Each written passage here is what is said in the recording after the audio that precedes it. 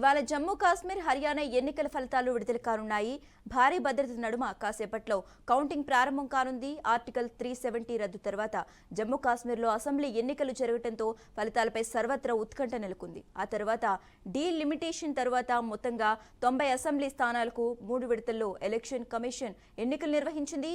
జమ్మూ కాశ్మీర్తో పాటు హర్యానాలోని 90 అసెంబ్లీ స్థానాలకు ఎన్నికలు జరిగాయి. జమ్మూ కాశ్మీర్లో 3 విడతల్లో ఎన్నికలు జరిగాయి. హర్యానాలో ఒకే విడతలో ఈ నెల 5న ఎన్నికలు జరిగాయి.